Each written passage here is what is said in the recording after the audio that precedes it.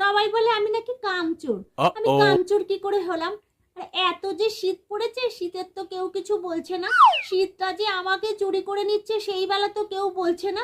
শীত তো সবাই বলে যে কি ভালো শীত, কি ভালো। আমারই নাকি শুধু ভাল লাগে না শীতটা, সত্যি আমার ভাল লাগে না। বলে শীতে খেয়ে দে কি মজা। আরে বাবা, খেয়ে দে শুধু মজা, হেগে মজা না। হাঁক দিয়ে গিয়ে যে ভর ভর করে হাগাগুলো হয়ে যায় সেটা মজা হয় না।